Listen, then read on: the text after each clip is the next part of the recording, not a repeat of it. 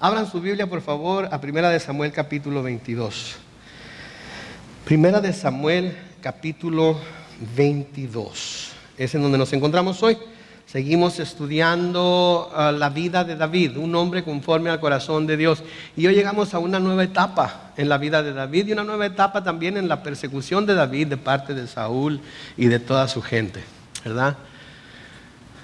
Entonces, Primera de Samuel capítulo 22, si ya llegaron ahí, nomás digan amén. Amén, ok.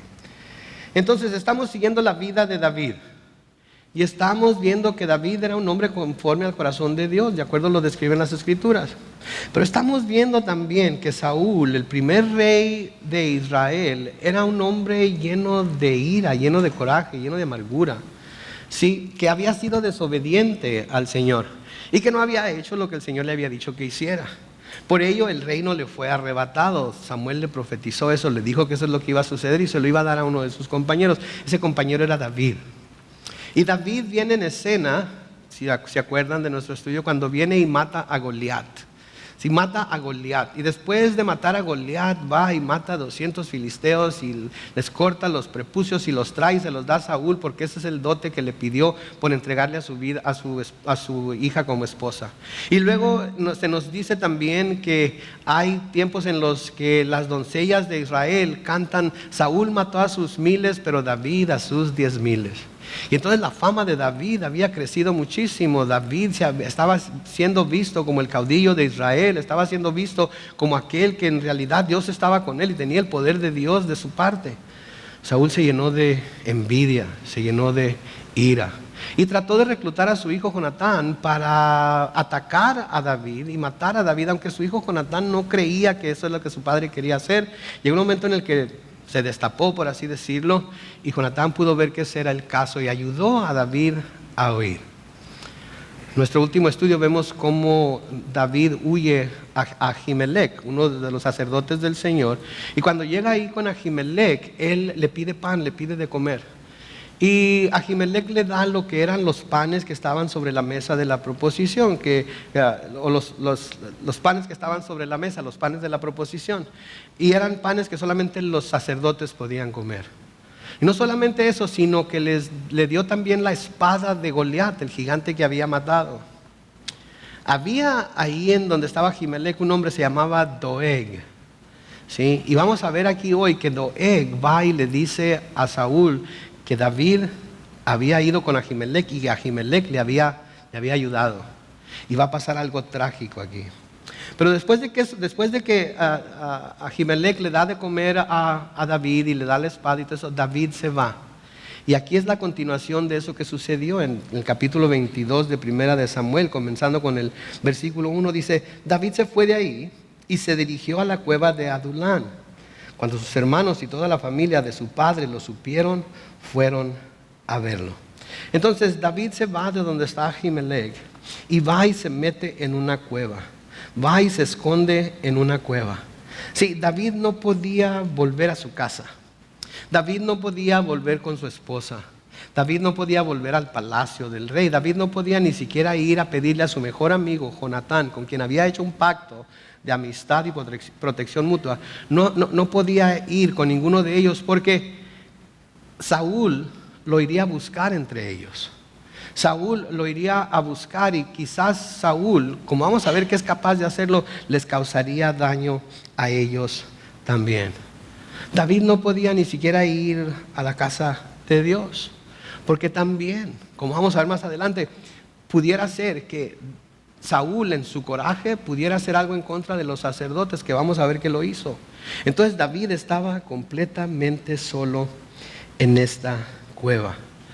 Esto es algo digno de reconocer y ver nosotros, porque a menudo nosotros nos encontramos en situaciones en las que sentimos que estamos completamente solos, completamente aislados, no tenemos con quién ir, no tenemos en quién confiar, no tenemos a dónde ir a buscar un consejo, no tenemos a dónde ir a buscar fortaleza, ni siquiera tenemos a dónde ir a buscar refugio.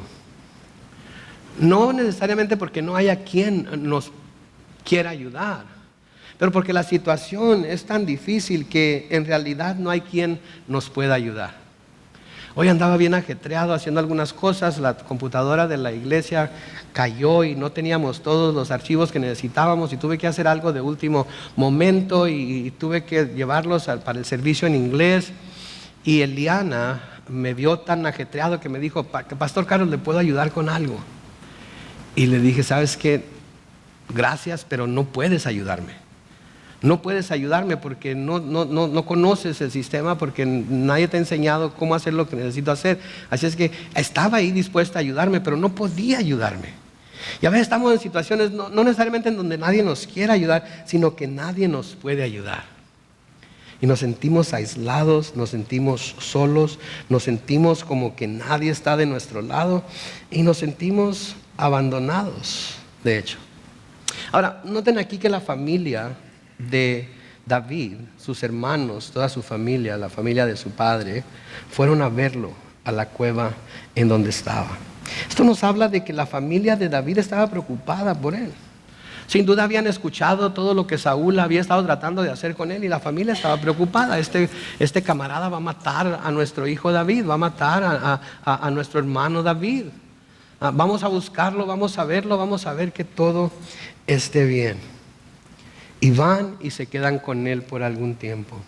Noten en el versículo 2, nos sigue diciendo, y lo supo también, supieron que se había ido a la cueva de Adulam. Noten la descripción de las personas de las que se habla aquí. Lo supo también mucha gente afligida y otros con muchas deudas o presas de gran amargura. Y se le unieron unos 400 hombres y lo hicieron su jefe. Noten la clase de gente que siguió a Saúl. A David, perdón. No fueron los mejores soldados, no fueron los generales, no fueron los capitanes, no fueron aquellos que de alguna manera él pudiera saber que tenían la habilidad para ayudarle o para hacer algo por él. Noten, gente afligida. Sí, estoy seguro que todos aquí sabemos lo que es la aflicción. Lo que es sentirse afligido, lo que es sentirse cargado, lo que es sentir que el peso de la situación por la que estamos viviendo es tanto que nos oprime.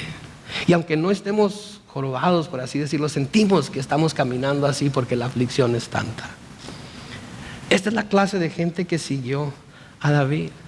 Me pregunto yo si quizás haya entre nosotros hoy aquí alguien que se sienta afligido, que esté en esa situación, que sienta que el peso es tan grande que no puede ni siquiera pararse derecho, que siente que el sufrimiento es tanto que duele, físicamente duele, aunque no haya una herida, aunque no haya un golpe, aunque no haya una rotura de hueso, duele el sufrimiento. Me pregunto si habrá alguien hacia aquí, porque si hay alguien hacia aquí, hoy vamos a encontrar consuelo en Dios. Otros con muchas deudas. ¿Hay alguien entre nosotros que esté libre de toda deuda? Ni a nada que pagar. Que tenga la hipoteca de su casa ya firmada y guardada en el closet. No, el 15 se vence la próxima hipoteca y... ay Dios, ¿cómo lo voy a hacer? ¿Verdad? Gente que estaba endeudada. Quizás gente que estaba endeudada monetariamente, financieramente, pero a lo mejor estaban endeudados emocionalmente, espiritualmente. Y no hallaban cómo pagar esa deuda. Y luego gente que era presa de la amargura. Estaban más amargos que un limón podrido en el suelo. Los apretaban y lo único que salía era amargura. Por las cosas que habían vivido, por los ataques de los que habían sido víctimas, por situaciones que han estado pasando a manos de otras personas. Y hay una amargura tan grande en ellos que aun cuando quieren sonreír, hasta la sonrisa sale chueca. O sea, sale así medio sarcástica, ¿verdad? Sale así como no es sonrisa, es como la sonrisa de la Mona Lisa, ¿verdad? Como que quiere sonreír, pero no. A lo mejor alguien está aquí que está amargado así. Déjenme decirles una cosa. Una de las cosas con la amargura es que si no sale, si no la sacamos, si no la confesamos, tarde o temprano se va a manifestar y va a lastimar a gente que nunca esperábamos que íbamos a lastimar. Porque desafortunadamente cuando hay amargura en nuestro corazón, las personas primeras en verlas cuando brota son las personas a las que más cerca de nosotros tenemos. Y les hacemos daño. Les hacemos daño. Y empezamos a pensar en todas las razones por las que estamos amargados. Pero la verdad de las cosas es que no tenemos razón de estar amargados si estamos en Cristo. Porque Él murió para quitar todas esas amarguras de nuestra vida. Él murió para quitar todas esas deudas de nuestra vida, espirituales, emocionales. Él murió para quitar la aflicción de nuestra vida. Cuando estamos en Jesús, entonces tenemos que, cuando nos vemos afectados por esas situaciones, ¿sí?, darnos cuenta de que tenemos a dónde ir. Tenemos nuestro David, por así decirlo. Tenemos a nuestro Jesús. Tenemos a nuestro campeón, tenemos a nuestro caudillo con el que podemos ir.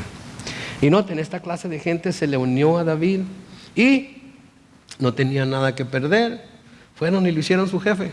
Hey, David, sabemos que tú eres un hombre valeroso, sabemos que tú has matado decenas de millares de filisteos, sabemos que Dios te ha ungido a ti como rey porque podemos ver las cosas que has hecho. Así es que, ¿sabes qué? De aquí en adelante tú eres nuestro jefe y nosotros ya no vamos a servir a Saúl. Se me antoja interesante a mí la clase de gente que siguió a David. Y se me antoja también muy interesante cuando los vemos a la luz de la clase de gente que Jesús escogió para que fueran sus discípulos y después sus apóstoles. ¿Sí? ¿A quién eligió Jesús? Eligió a pescadores, pobres, sudorosos, apestosos, indoctos del pueblo, que no tenían educación. Sí. Escogió a cuando menos un revolucionario descontento, que era Judas. Sí, era un celote, se les llamaba celotes porque estaban en contra del establecimiento y querían derrocar a Roma y querían quitar la bota de Roma de encima de Israel.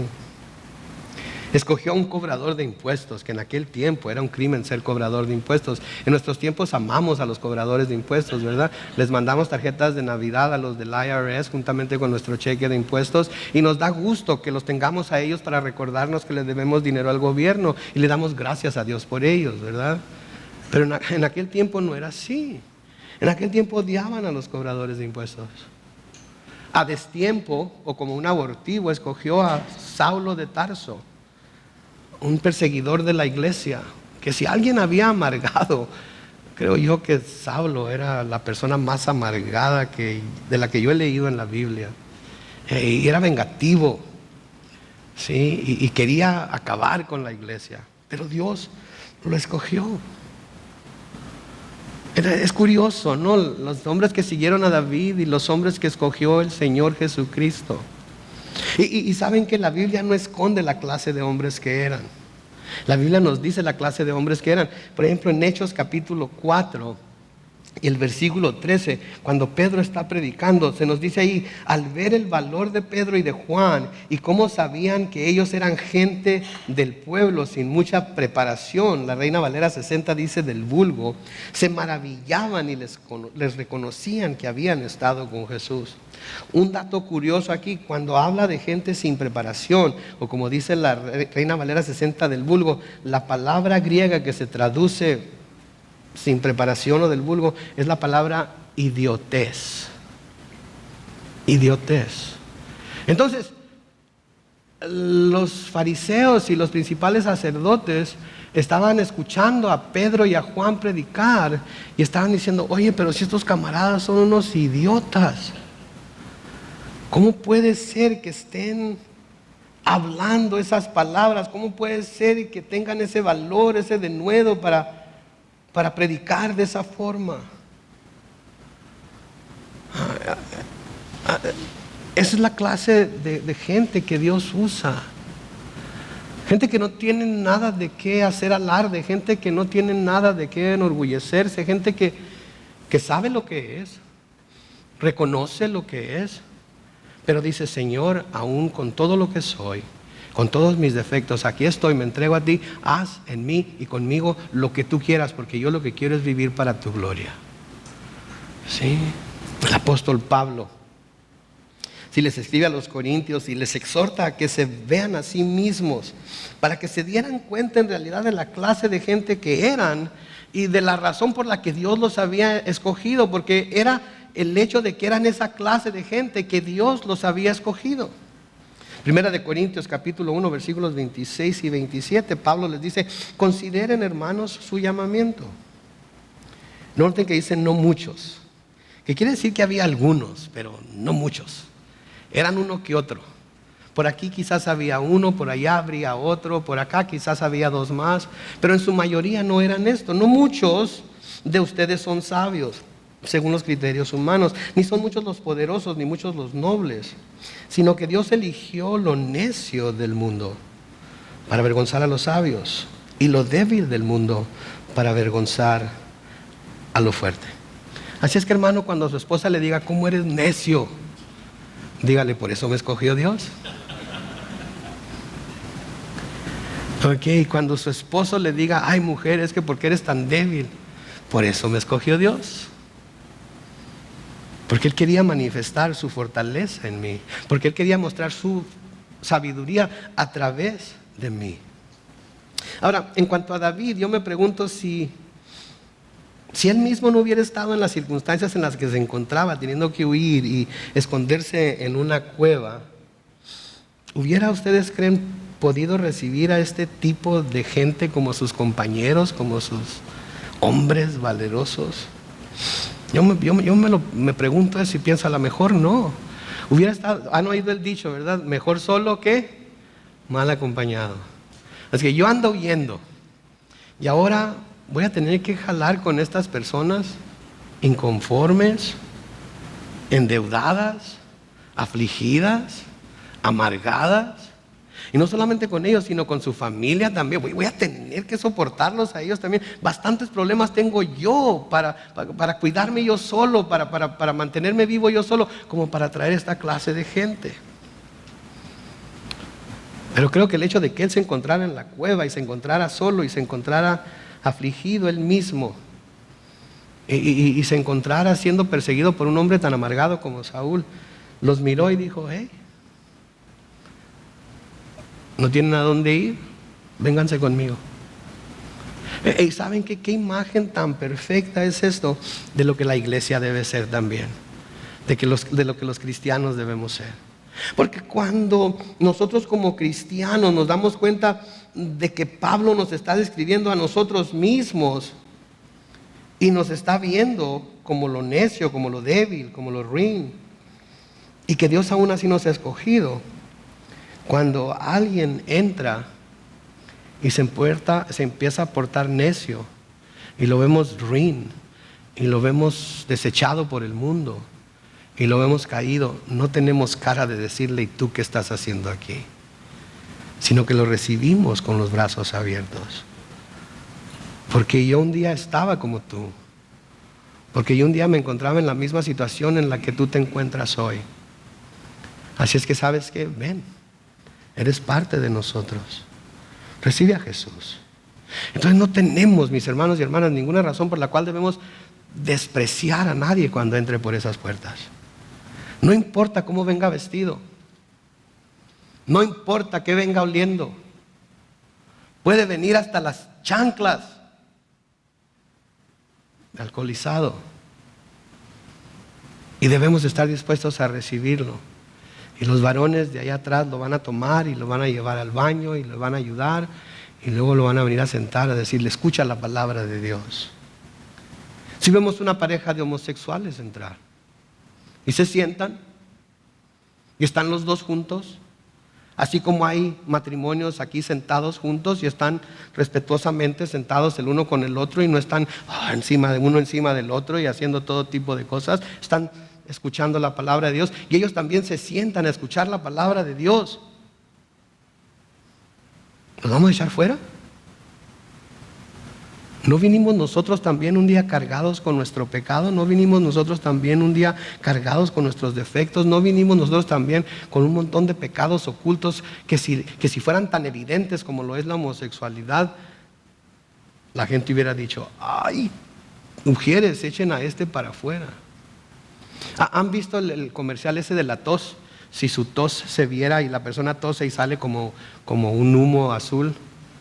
Si nuestro pecado se viera cuando vamos caminando y saliera de nosotros así dependiendo de lo que es, ¿verdad? Si es adulterio sale humo rojo, si es homosexualidad sale el humo así como arcoíris, ¿verdad? Si es ladrón sale el humo verde y todo eso. ¿Qué clase de humo estuviera saliendo de cada uno de nosotros? Y en cuanto miráramos ese humo, ¿qué deberíamos hacer? ¿Echarlo para afuera? ¿Se parece eso a Cristo? ¿Se parece eso a nuestro Dios? ¿Fue así como Él nos trató a nosotros? Entonces es cuando nos damos cuenta de quién somos en realidad sin Cristo, que podemos recibir a cualquier persona, no importa cómo sea en realidad, para llevarla a Cristo. Y creo que la situación en la que se encontraba David le dio la habilidad para recibir a estas personas con todo y sus familias, ¿sí? Y creo que nosotros también debemos de darnos cuenta de dónde nos sacó el Señor para que nuestro corazón esté preparado, y no solamente preparado, sino dispuesto a recibir con amor, compasión y aceptación a todo el que Dios traiga a este lugar a nosotros, independientemente de quién sea, independientemente de su apariencia, independientemente de cómo venga. Porque nosotros, en lugar de echarlos para afuera, debemos señalarles, ¿sabes quién tiene la solución para tu problema? Cristo tiene la solución para tu problema. Y ¿sabes qué? Pídele a Dios que el Espíritu Santo te hable hoy y puedas sentir en su corazón su presencia y puedas ser transformado de adentro para afuera, como yo he sido transformado, como esta gente que ya está aquí en su mayoría ha sido transformada. Amén. Versículo 3 sigue diciendo, entonces David salió de ahí, se fue a Mizpa, a Moab, y le dijo al rey de ese lugar, te ruego que recibas a mi padre y mi madre y los protejas hasta que yo sepa lo que Dios va a hacer conmigo. Noten aquí el corazón de David, por eso se nos dice que es un hombre conforme al corazón de Dios. Él sabe que Dios tiene un plan, él sabe que Dios va a hacer algo, no sabe qué es lo que va a hacer, no sabe cómo lo va a hacer, no sabe cuándo lo va a hacer, pero tiene confianza de que Dios va a hacer algo con él y cuando el momento llegue se lo va a revelar. Así es que aún en medio de la tribulación, aún en medio de la aflicción, aún en medio de la persecución, él está confiando que va a llegar el momento en el que Dios le va a revelar exactamente lo que tiene que hacer. Y está confiando en la fidelidad de Dios para con él. Versículo 4 sigue diciendo, fue así como David llevó a sus padres ante el rey de Moab y ellos vivieron ahí mientras David estaba en la fortaleza. Ahora hablamos de Moab y recuerden, David tenía raíces en Moab. ¿Por qué? Porque su abuela Ruth era moabita. Su abuela Ruth era moabita.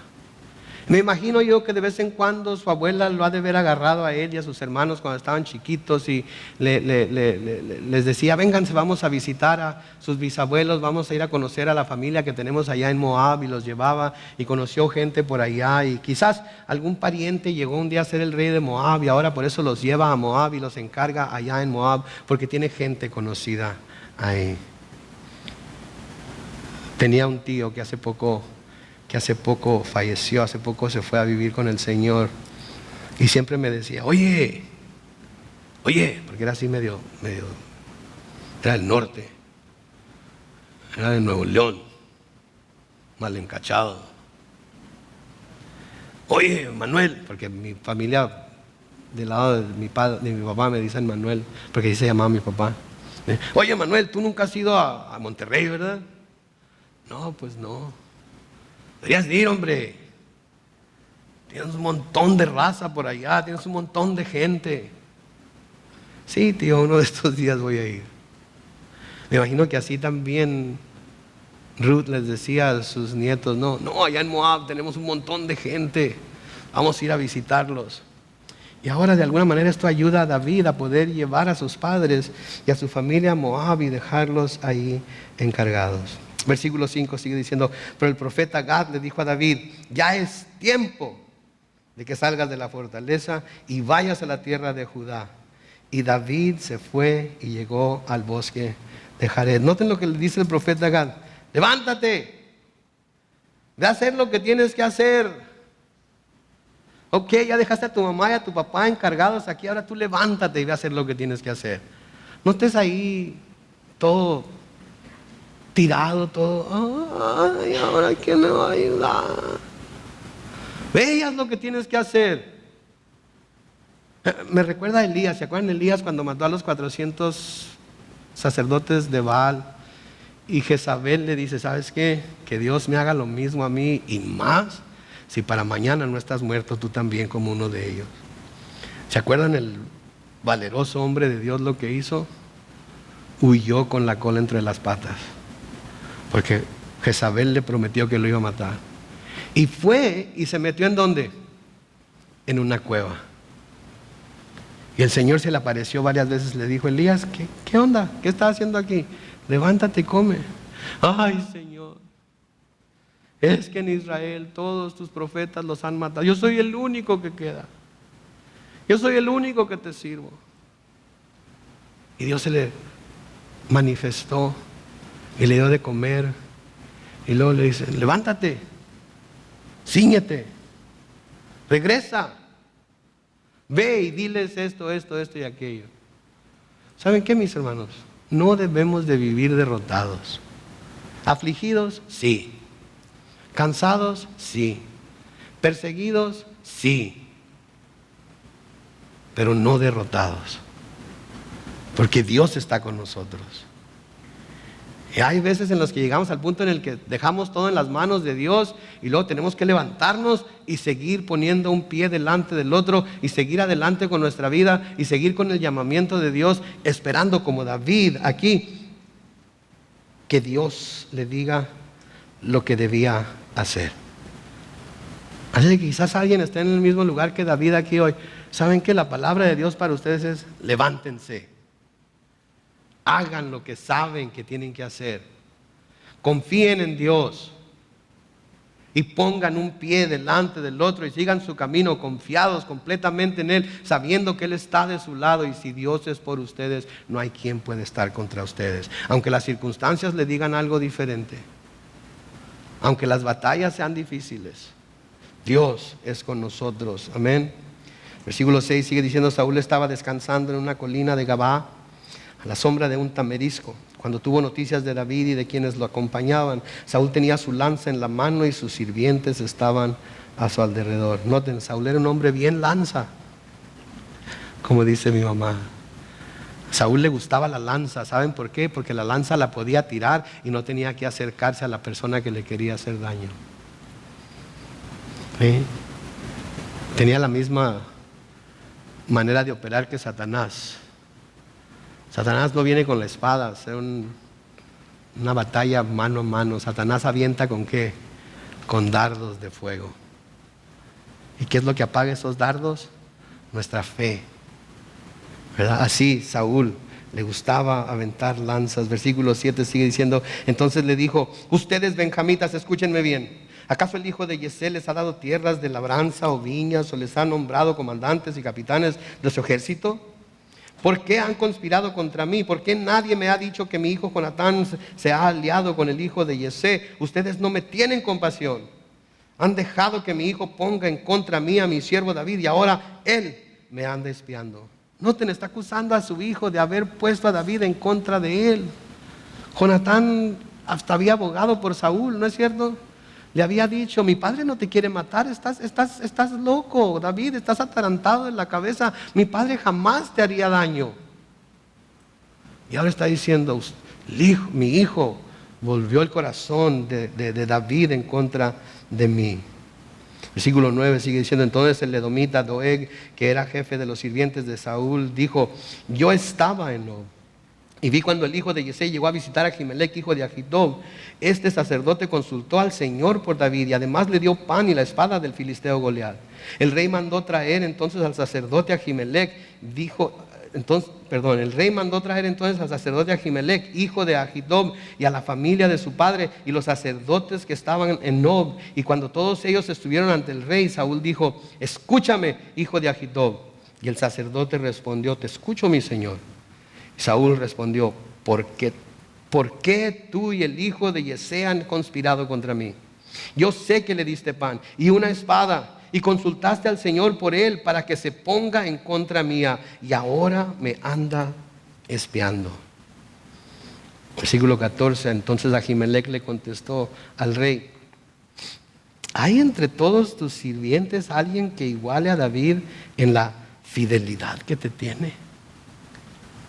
Noten a Ahimelech aquí tratando de abogar por David, tratando de hacer entender a Saúl que lo que estaba haciendo estaba mal, que lo que estaba haciendo estaba completamente equivocado, que no había razón para que hiciera lo que estaba haciendo, porque David era más fiel a él que todos los demás siervos de Saúl. Número 2, le dice: ¿no es tu yerno? ¿Que no está casado con tu hija? ¿Quieres hacerle daño al que va a ser padre de tus nietos? ¿Quieres hacerle daño y dejar viuda a tu hija? ¿Eso es lo que quieres hacer? Y luego le dice número 3: y está bajo tus órdenes. En otras palabras, tú le puedes ordenar como lo has hecho antes, lo que quieras que él haga, y él lo hace porque lo ha hecho antes. Tenemos el testimonio de que él obedece tus órdenes. Y luego, número 4, lo que sin duda fue lo que lo hizo enojar y me haría enojar a mí. Le dice: sino que le ha dado renombre a tu casa. O sea, le está diciendo Saúl: es por David que tu casa es reconocida como grande. ¿Qué has hecho tú excepto desobedecer a Dios? ¿Qué has hecho tú excepto portarte de la forma en la que te estás portando contra David? Y Dios ya te dijo que te iba a quitar el reino. ¿Qué has hecho tú? David es el que ha traído todas estas victorias a tu casa, y porque él es parte de tu casa, por ser tu yerno, todas sus victorias y toda su fama te está siendo atribuida a ti indirectamente. Entonces, ¿por qué quieres hacer lo que estás haciendo?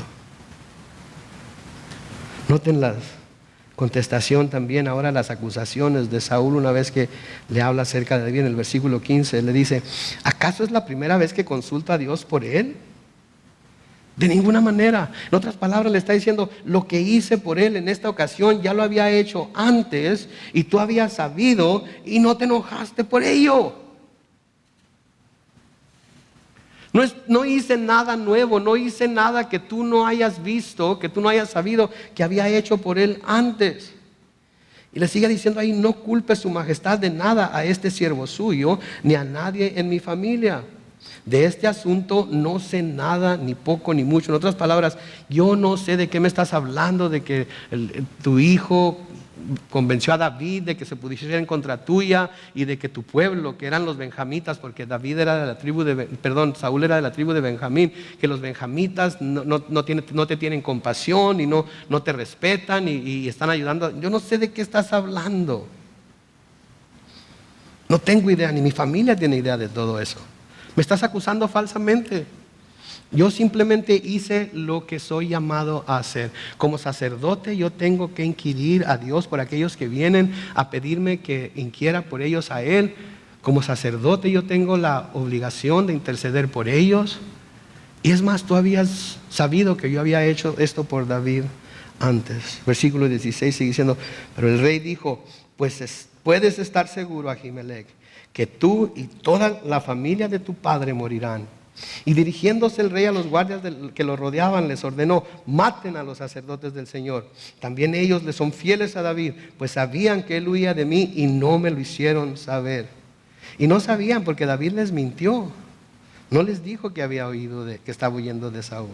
Pero los guardias se negaron a cumplir la orden de matar a los sacerdotes del Señor. ¿Saben qué? Hay una sola razón por la que nosotros debemos de ser desobedientes a nuestras autoridades civiles. Y esa razón es cuando lo que ellos nos están pidiendo que hagamos vayan completamente en contra de la ley de Dios. Cuando nuestro gobierno, no me importa de qué partido sea, no me importa en qué nación vivamos, cuando nuestro gobierno nos pide que hagamos algo que está quebrantando la ley de Dios, nuestra respuesta siempre debe ser no. Pero es que todos los demás lo están obedeciendo. Pues a lo mejor todos los demás no conocen la ley de Dios, lo que la ley de Dios dice en cuanto a esta situación, pero yo sí la conozco y yo voy a obedecer a Dios antes que al gobierno. Porque como dijeron los apóstoles en el libro de los Hechos, juzguen ustedes si es más importante obedecer a los hombres que a Dios. Aquí estos soldados dijeron no, estos guardias dijeron no, no vamos a tocar a los sacerdotes del Señor.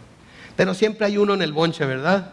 Siempre hay uno que quiere quedar bien, siempre hay uno que quiere ser elevado, siempre hay uno que quiere ser reconocido. Y este era el famoso Doeg, que en inglés es dog, que quiere decir perro. No es cierto, es Doeg también en inglés. Pero quería decir que era un perro, porque eso era lo que era. Noten, versículo 18, así que el rey llamó a Doeg y le dijo, ven, ya que tú les pusiste el dedo, mátalos tú mismo. Y Doeg arremetió contra ellos y ese mismo día mató a 85 sacerdotes que vestían efod de lino. Y luego entró a Nob, donde vivían los sacerdotes, y mató a hombres, mujeres y niños de pecho, y hasta mató bueyes, asnos, ovejas. A todos los mató a filo de espada. Noten lo que hace el deseo de querer quedar bien. Noten lo que hace el deseo de querer ser elevado por alguien poderoso a un lugar en donde vamos a tener mejores prestaciones, mejor ingreso, mejor situación. Sí. Estuvo dispuesto a no solamente matar a los sacerdotes del Señor, sino que mató a todas sus familias, mató a niños de pecho, y hasta los bueyes y los asnos y las ovejas perdieron por él querer hacerse grande. Versículo 20 dice, pero Abiatar, que era uno de los hijos de Ahimelech, hijo de Ahitob, logró escapar y fue en busca de David. Y cuando lo encontró, lo puso al tanto de cómo Saúl había ordenado matar a los sacerdotes del Señor. Y entonces David le dijo a Abiatar, cuando vi a Doeg, el edomita en Nob, me imaginé que él iría a decirle a Saúl que me había visto. Noten por favor aquí. David sintió algo en su espíritu, David sintió algo en su alma que le dijo, ahí está Doeg, es uno de los siervos de Saúl. Si tú entras y vas con Ahimelech y le pides pan, si tú entras y vas con Ahimelech y él te ve, va a ir a decirle a Saúl y va a haber consecuencias. Pero David en ese tiempo estaba más preocupado, ¿por qué? Por su propio pellejo. David estaba más preocupado por tener algo que comer. David estaba más preocupado por tener un arma con que defenderse. Y va y le miente a Ahimelech y le dice, oh, el Señor mi rey me ha enviado a una misión muy importante y por eso vengo solo y venimos 3 días de camino, etcétera, etcétera, etcétera, y dame algo de comer y no tienes un arma por aquí. Y Ahimelech le da lo que ya sabemos que le dio. Y ahora Ahimelech y su familia estaban pagando por el egoísmo de David. ¡Wow! ¿Saben qué, mis hermanos? Todas nuestras acciones tienen consecuencias. Todas nuestras acciones tienen consecuencias. A veces las vemos inmediatamente, a veces pasa tiempo antes de que las veamos, pero todas nuestras acciones tienen consecuencias. Y aquí la consecuencia de lo que David hizo por salvarse a sí mismo, le costó la vida a todas estas personas. Pero ahora tiene la oportunidad de hacer algo bueno. En el versículo 22, la parte final del versículo 22 le dice, yo tengo la culpa de que hayan matado a toda tu familia.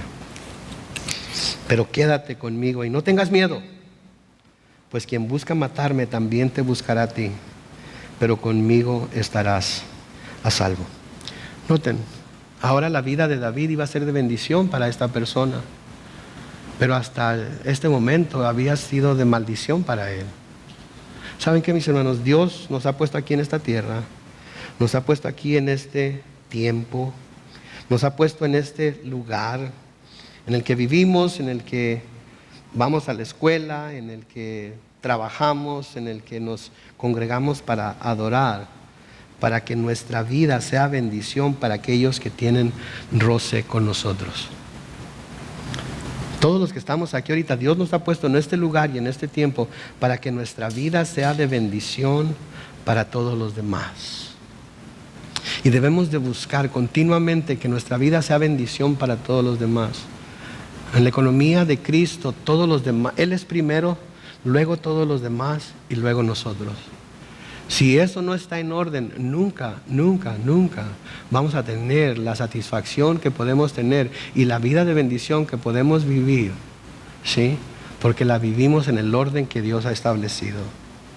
Primero Él, luego los demás y luego yo. Porque el mundo lo tiene al revés. Primero yo, luego yo, después yo. Si me caen bien, los demás. Y si tengo tiempo, Dios. No. Primero Dios, luego ustedes, y luego yo. Ese es el orden correcto. Y cuando todo está en el orden correcto, no podemos más que gozarnos. No podemos más que gozarnos. La cueva de Adulam. Yo no creo que a mí me gustaría vivir en una cueva. ¿Quién le gustaría vivir en una cueva? A mí no me gusta ni acampar siquiera. La única vez que he ido a acampar, llevé un colchón inflable, con un montón de cobijas para taparme, para no tener frío. Llevé mis pantuflas. No quería ni salir de la carpa para no meter tierra a la carpa. Mi idea de acampar es ir a un hotel en Arizona.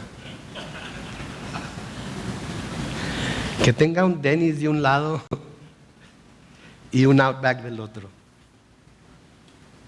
Y el mayor sufrimiento que quiero tener es llamar por teléfono para que traigan el desayuno al cuarto y estar pensando, ¿cuándo van a llegar? ¿Cuándo van a llegar? ¿Cuándo van a llegar?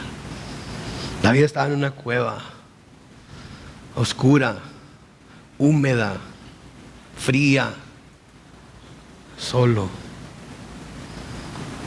No es un lugar que yo diga que en el que quiero encontrarme. Por su reacción a las cosas que acabo de decir, estoy convencido que a ninguno de ustedes les gustaría lo mismo. Pero ¿saben qué? Fue uno de los lugares en que Dios hizo una mayor obra en David como no nos podemos imaginar.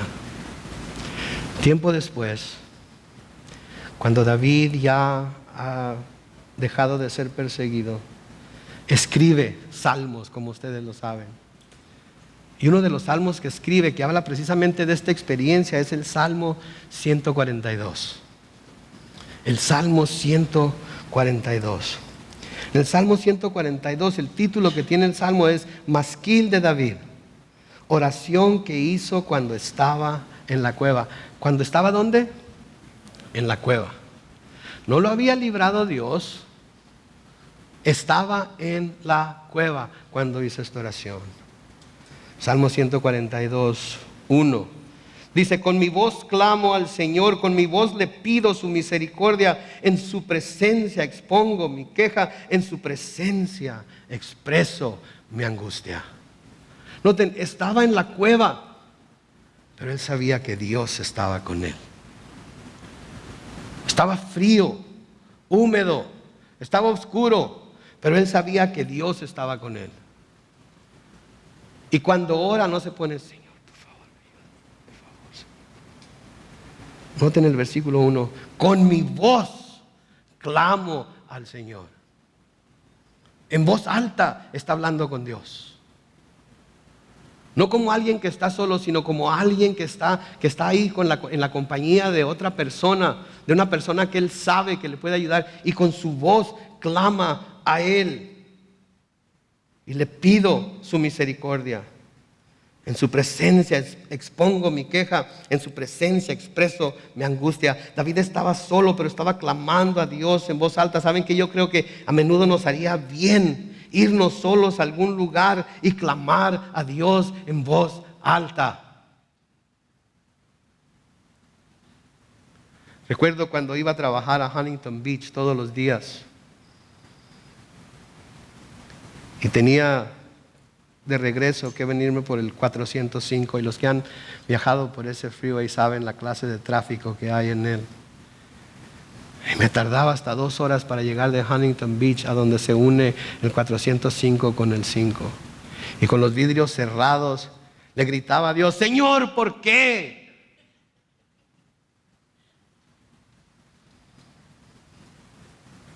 ¿Por qué me haces pasar por esto todos los días? ¿No habrá una manera más fácil? Y le gritaba al Señor. Y luego me soltaba un poco el tráfico y llegaba a San Juan Capistrano, y de ahí corría más o menos como 40, 50 millas por hora, y luego llegaba donde estaba el área de descanso y otra vez. Saben que yo creo que hay veces en las que debemos de buscar un lugar lejos, quizás ir a caminar, ya escondernos en un closet. No lo vayan a hacer en la línea del mercado o en la línea de Target cuando están esperando pagar. Háganlo a solas y hablen con Dios en voz alta y díganle: Señor, necesito de tu misericordia, me quiero quejar contra ti, mi angustia es demasiado grande, escúchame por favor. El versículo 3 sigue diciendo: cuando estoy por rendirme, tú, Señor, sabes por dónde debo ir. En mi camino me han tendido trampas. Miro a un lado y me doy cuenta de que a nadie le intereso. Refugio no tengo y a nadie le importo. ¿Alguna vez se ha encontrado en ese estado? Voltea para todos lados cuando más dura está la lucha, cuando más dura está la prueba, cuando más pesada es la carga y no hay nadie. Y los que están. Y usted siente que la carga es tan pesada, tienen que verla, tienen que darse cuenta de ella, tienen que ver cómo estoy sufriendo. Y ellos como si nada. No, ¿saben por qué? Porque la carga es de usted, la carga es mía, la carga es nuestra, nosotros debemos llevarla, y el único que está ahí para ayudarnos es Dios. A los demás no tenemos por qué traerlos a que nos ayuden con esta carga. Podemos pedirles que oren por nosotros, podemos pedirles que oren con nosotros, pero la carga es nuestra y tenemos que clamar a Dios. A veces no sabemos cuál es el siguiente paso que debemos dar y no parece que haya nadie a quien le podamos preguntar, no parece que haya nadie que nos pueda dar consejo, no parece que haya nadie que tenga la respuesta. Hay alguien, es Dios. Y estamos en esta cueva para hablar con Él. Versículo 5 dice: Señor, yo clamo a ti porque tú eres mi única esperanza, eres todo lo que tengo en la vida. Llegar a este punto es lo más importante, el punto más importante que podemos llegar en nuestra vida, a darnos cuenta que Él es todo lo que tenemos en nuestra vida. Porque ¿saben qué? Cuando Dios es todo lo que tenemos, cuando llegamos a ese punto, es cuando nos damos cuenta que Dios es todo lo que necesitamos. Pero tenemos que llegar aquí a reconocer que Él es todo en nuestra vida. Todo lo demás un día va a desaparecer, todos los demás un día nos van a abandonar, un día vamos a quedar completamente solos, pero Él va a estar siempre con nosotros. El versículo 6 sigue diciendo: atiende mi queja porque estoy desesperado, líbrame de los que me persiguen pues en fuerzas me superan. Noten lo que dice, líbrame de los que me persiguen, pues en fuerzas me superan. Está reconociendo, está siendo realista el enemigo que tiene delante de él, el problema que tiene delante de él, la aflicción que está sufriendo, es más grande que él, no la puede soportar, no tiene manera de luchar en contra de ellos. A veces no somos realistas con Dios. A veces queremos hacernos los fuertes delante de Dios. Señor, no te pido que me quites la carga. Te pido que me des una espalda más fuerte. Ese es orgullo. Esa es soberbia, Señor, no puedo. Demasiado grande esta cosa para mí. Ya no lo soporto. Mis enemigos me superan en fuerzas. ¿Qué nos dice Pablo? Cuando piensa en todas sus debilidades y todo lo demás, dice, me gozo o me glorío más en mis debilidades, porque cuando soy débil, ¿qué? Entonces soy fuerte. Mis hermanos y hermanas, no tienen nada de malo ser débil. Al contrario, Dios nos ha hecho débiles.